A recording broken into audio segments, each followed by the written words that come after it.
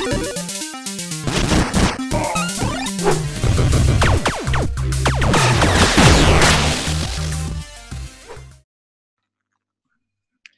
right, everybody, and welcome back to another episode of Most Searched. This is a show where Warren and I talk about the most searched things throughout the course of the week. All right, the next topic is about Kanye West. I mean, we only spoke about him the other day, but he is back in the news.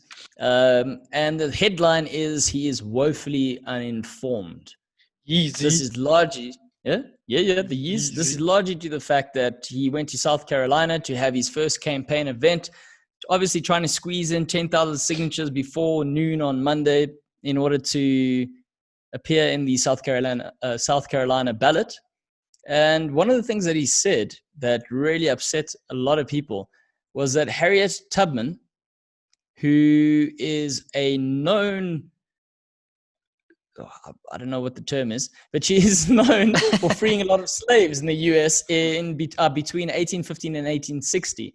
She actually took 19 trips along the Underground Railroad, and she freed 300 people or 300 slaves during that period, and she would carry a rifle with her, and she would protect the slaves that she was freeing, as well as then prevent them from being captured by or executed slave traders. And or executed.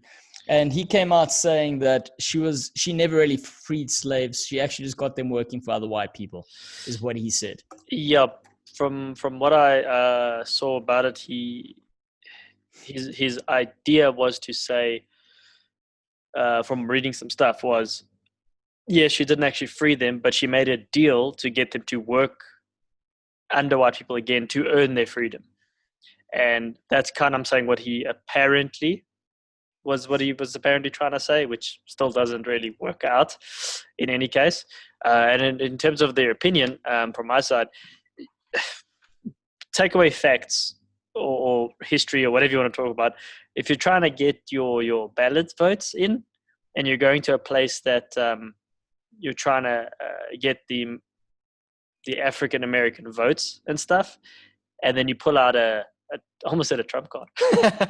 You pull out a... Well, funny you say that. You say that is because they're comparing a lot of his initial steps to the campaign to Donald Trump's campaign in 2016. So it's pretty interesting. I wouldn't say it's the right way to try and get your 10,000 votes. Is all I'm saying. To go hardline into that harsh concept that is now 200 years, no, it's less, sorry, 140 years, 160 years old. I don't think that's the right tactic for what he's trying to achieve. The other thing is, now they're saying, the speculation is he's doing this purely to distract and to steal votes. So like I said the last time, they say, quote unquote, a certain party, because it looks like they're dropping in or losing in the polls at the moment. So they're saying they think that specific party is pushing him and telling him what he should and should not do in this certain segment.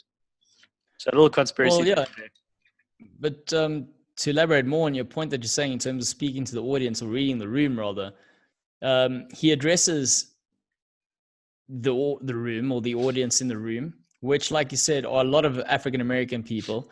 And he comes out wearing security uniform and having 2020 like it was a bulletproof vest, eh? Yeah, and it said security, and it's also like, dude, having a militarized outfit in a time where there's this whole movement of Black Lives Matters.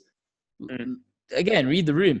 And one of the things that he said, or the people that were complaining, was that he said a lot of crazy things, which is, again, very typical of what Trump had done previously. These are quite divisive things. These are inflamed statements to make to get a certain reaction. But the moment he mentioned Harriet Tubman, the moment he mentioned her, you could actually hear a muffle in the crowd and all of them going, someone even said, come on, man, like, what are you going on? And to your point, where he then changes the conversation, he kind of criticizes the economic equality situation. That's how he tried to change the topic and saying, there are no black, see, I have Yeezys and I'm part of Gap, but I'm not an owner or part of being a black guy on the board. And that's kind of how he tried to like swing the whole conversation of the narrative. And it really didn't work out for him. And the interesting thing is that a lot of people are saying, again, in his comparison with Trump, is that everyone went there because they were all interested. They weren't too sure what they were going to get. So a lot of people showed up because some people even were quoted as saying they thought he might sing songs. So it might have been like a little bit of a concert. So that's why they went. And they also said there were like a lot of a bait and switch, but that's not what it was. A bait and switch, but not what they thought. Yeah, exactly.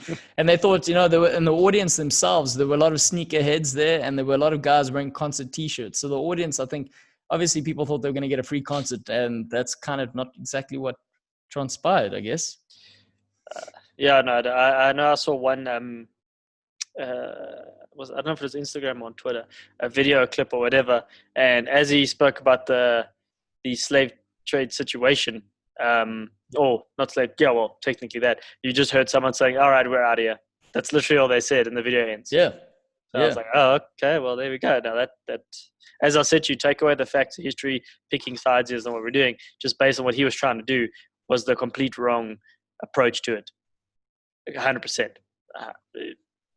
For someone who's got the wealth and got what he has, I feel his goal should have been to try and uplift and say, I want to bring you with me to not become me, but to have what I have, or potentially have what I have, because it's a struggle, because it's difficult, especially in these times. But instead he went down a different direction. Yeah. He basically just said, he basically went and said, you're misinformed. That's basically what he said.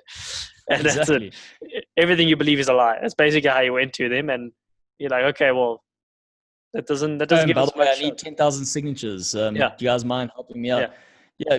What he did was to get the ball rolling was he got a lot of the members from the crowd to come up on stage and share their viewpoints around a lot of the things that are happening currently in the States. And that's kind of how we tried to get the crowd engaged.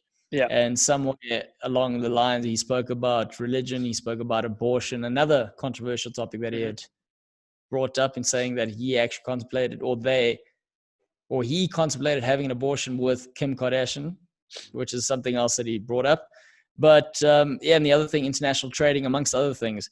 But yeah, so that's how he tried to get the conversation going.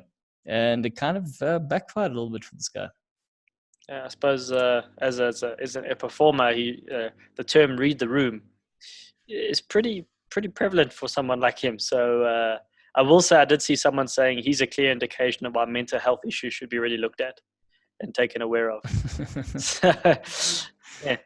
Well, they need to be careful because I'm sure a lot of people say the same thing about Trump, and he is now the president of the States. Yeah. Well, we'll see what happens November.